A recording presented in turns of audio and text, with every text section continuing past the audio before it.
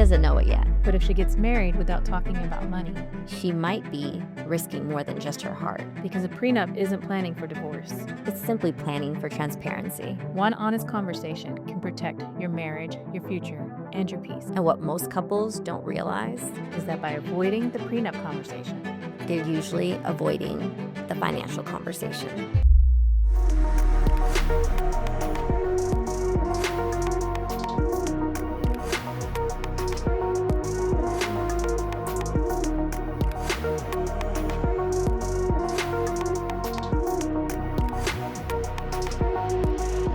Spill the Chai question: would you get a prenup before you get married? honestly, I think people hear prenup and they think about divorce. I've heard that a lot. And similarly, I used to think the same until I figured out, you know what? It's just about having a real conversation. Yeah, I mean, a lot of people get intimidated when they hear about it. It's just like, it's messy. If you don't, you start getting your emotions involved later and, they immediately think about divorce. Like, wait, you're talking about divorce before you getting married. You got to understand that you need to have these conversations. Yeah. And then the importance of having the conversations earlier on, especially like forget just the prenup. If you're having just the topic of finances, you have to think about your lifestyle, your level of like living, how your standards are. Hey, if you want to get a mani and pedi, is that something your husband can always take care of, right? Or vice versa. What if your husband wants to get a lineup, a trim every single week or every 5 days?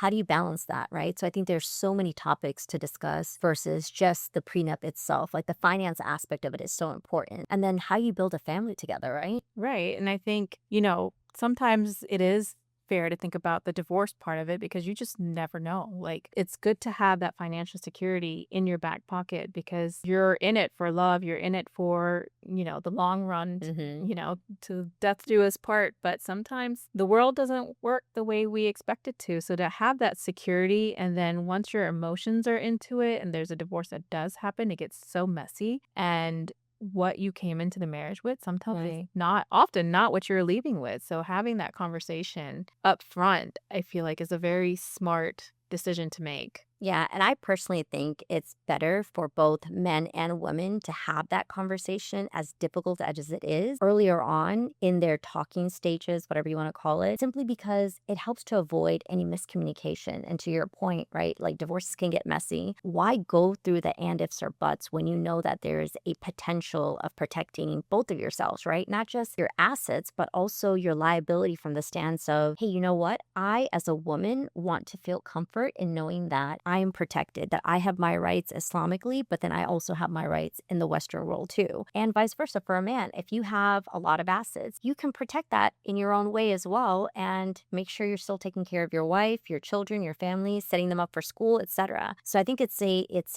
ongoing conversation, but it needs to definitely be held like before you actually get married. Yeah, I mean, I think it's important. You have to set up your expectations. Like, Yes.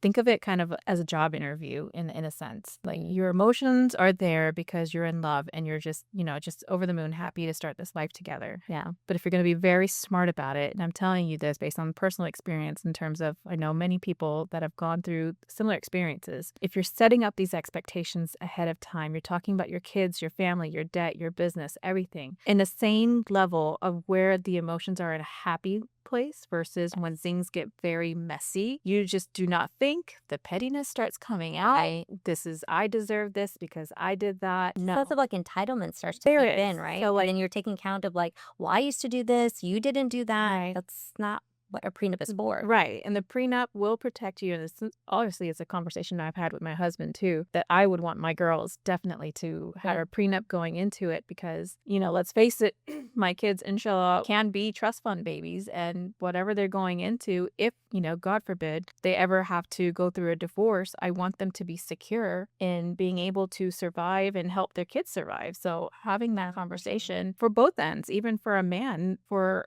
a wife to walk away with everything that he owned before walking into the marriage, I think he's entitled to have what he came in with, right? Yeah, absolutely. Now, I'll kind of challenge that, okay? Because as you and I have gotten to know each other through our friendship live on Spill the Chai OnAir, we know that we've had different topics, and some topics we may agree on and some topics we may not agree on. And I think in this particular topic, we err on the side of agreeing on more so. However, I have something that I'm going to ask, and it's going to be a bold question. And it's going to be around, how do people think in asking about prenup when it's someone that you don't fully trust yet? Because we're talking about someone that you are potentially looking to get married to. So, how do you have that uncomfortable discussion? Yes, you can cover finances. How do you have that uncomfortable discussion about prenup so that it doesn't fizzle out the sweetness or the care that you're trying to build for this individual? Honestly, if you ask me, if you cannot have this conversation with them, you're not ready to marry them. You should be so secure in your place that you can have these uncomfortable conversations and still move forward in the same dynamic that you are and know that your marriage is going to be solid. If you cannot have this conversation, then you need to give your relationship a little bit more time before, you lock it in secure. Like, and I'll tell you, even with my husband, like inshallah, we're gonna be death to us part. But we still have this conversation where if we're gonna get divorced, let's figure out who gets what. Right. It's a normal conversation that we have. Like, let's get it in the trust, let's get it in a will, who has what, and it's not uncomfortable for us. So if Right. you should be at a level in your relationship where you have this comfort in speaking about it, get it done. If it's not there, if you're not comfortable about it, give your relationship some more time. Yeah, and I'll add a couple of my personal takes on this because I fully align and agree with what Sonia just mentioned, that if you are not at a place to have this discussion in your talking stages, you are not ready to get married. That's number one. Number two, if you're not at a place to feel confident, and yeah, that may be with some jitters, you may be nervous, and that's okay. But if you don't feel secure and confident to deliver this conversation, what's going to happen later on, whether you're a woman or a man, you're going to feel, like I mentioned earlier, that sense of resentment, but you're also going to feel like you got cheated. Oh, I wish I had known XYZ.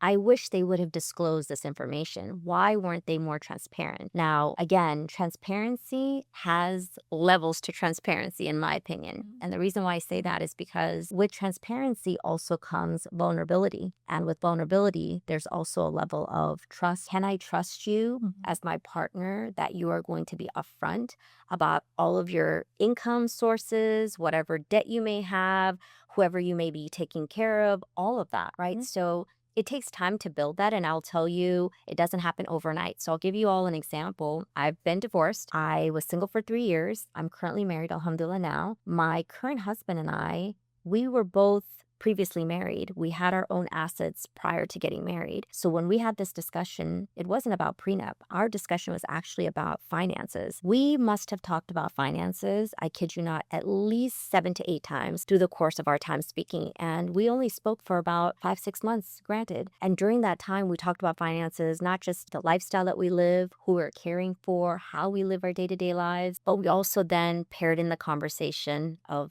the will. That was scary. We also had the uncomfortable chats about trust. We also had the conversations about how and when to store our money for savings and whose income we're going to live off of, or if we're going to be living off of both. So these are the topics that become very uncomfortable, but they become easier the more often you have this discussion with that individual, your partner that you're looking to, inshallah, get married to. But if we avoid it, to Sonia's point, that's where the scary part seeps in. Right. And if, God forbid, you get to a point, the divorces happen. Some things are just inevitable. Right. But when you get to that point, it just gets nasty. And I feel like the conversation you've had with your now husband is very different from the conversation you had with your ex-husband when you got married. You were younger, you didn't know these things, and now, sometimes the I wasn't experience. established. And I'll tell you, I wasn't established. And it's not only that, it's just your friends haven't gone through it yet. You haven't had those lessons learned yet. Very true. So it's hard to grasp some of these things when you are in your early 20s, 30s, and you haven't gone through these waves of things. But let me tell you,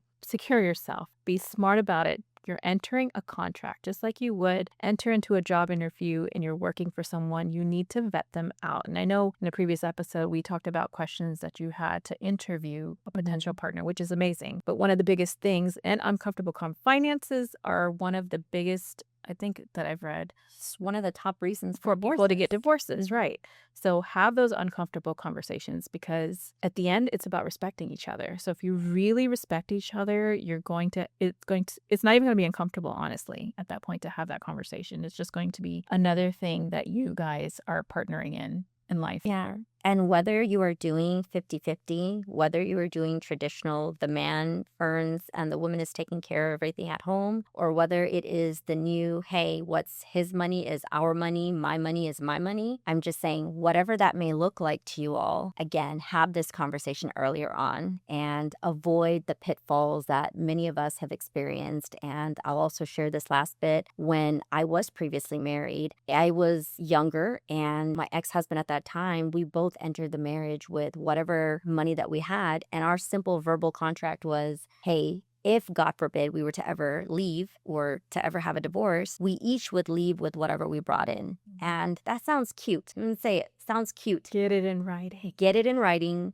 because it's not real otherwise. And luckily, my ex-husband and I, we have it's a responsible way of co-parenting our children, and that's it. We didn't have any other conflicts, thankfully. So my current husband and I, we at least have that trust, that bond. Alhamdulillah, we built that connection, but we also made this conversation part of our life so that it's not uncomfortable. And I'll give you all an example. One other example, finance, whether you believe it or not, will come into several areas of your life. For example, if you are shopping, whether it is back to school clothing, whether it is grocery shopping, you want to go to Whole Foods, you want to go to fancy places, whatever it is, you're still having to budget in some certain aspect. You have to be conscious whether you are the breadwinner or not, whether you're doing 50-50 traditional household, there's still a sense of partnership that you'll hopefully want to have with your husband or wife. And by doing so, you're also protecting each other, right? You're taking care of each other. You're not irresponsibly,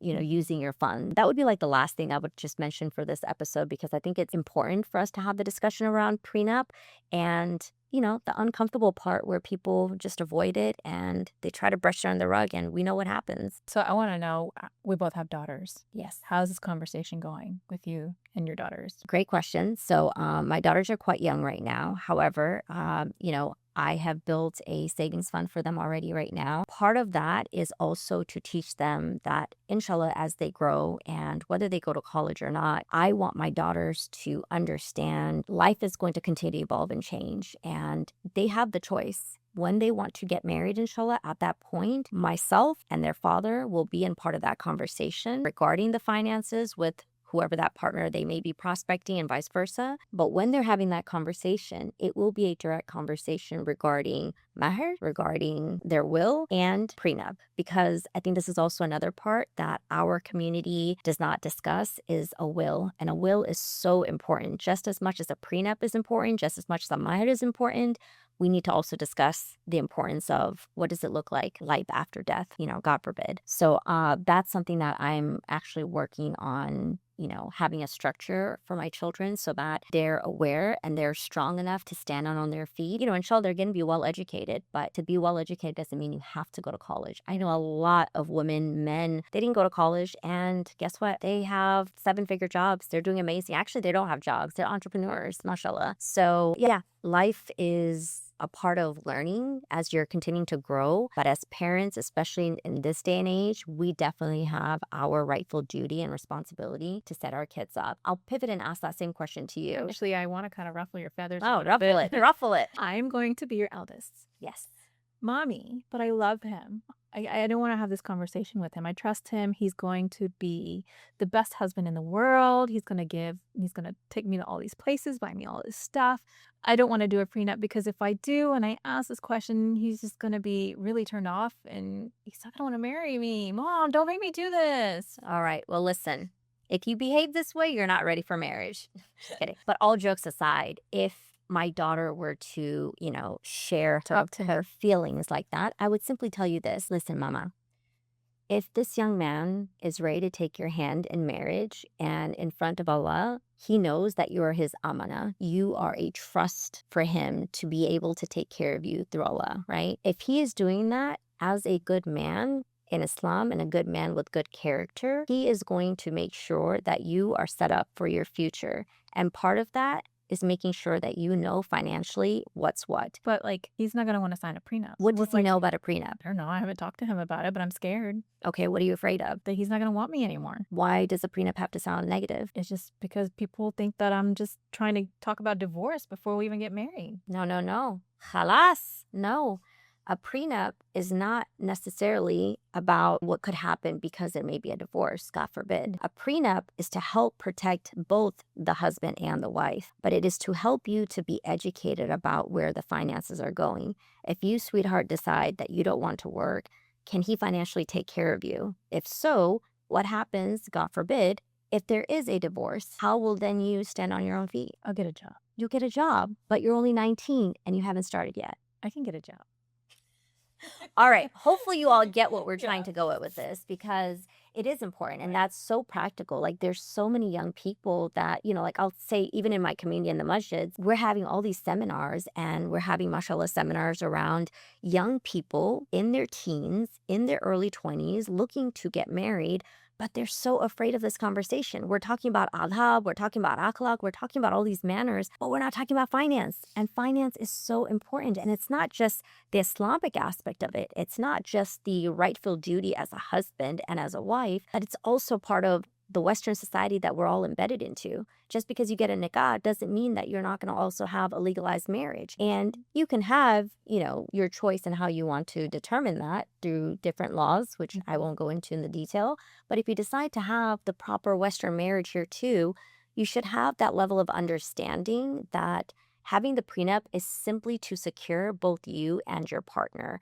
Otherwise, what could happen is there will be misunderstandings, as we discussed earlier, but you could also be short-sighted, right? Like, God forbid, what if it's the man who does the prenup for the girl, but then she ends up getting everything and he gets nothing? It can go both ways. So it's about a balance, being moderate. I would highly recommend young folks that want to get married, talk about your finances, talk about what the future may be, talk about the good, bad, and the ugly, but also refer to your elders. Talk to your elders about what they have learned. And as Sonia mentioned earlier, we also did not have in our generation people to talk to about. And that's why we have this platform. That's why on Spill the Chai, we talk about these comments, right? We talk about these topics because it really does help to elevate the conversation, and hopefully it makes it more comfortable for all of you to have it at home. Right. I think when we were growing up, we didn't have social media. We didn't have, these easy access ways where people are sharing their stories and their journeys and their experiences for us to learn from. So having big sisters here, or, your peers or your friends or your parents, whatever it is, have these conversations and understand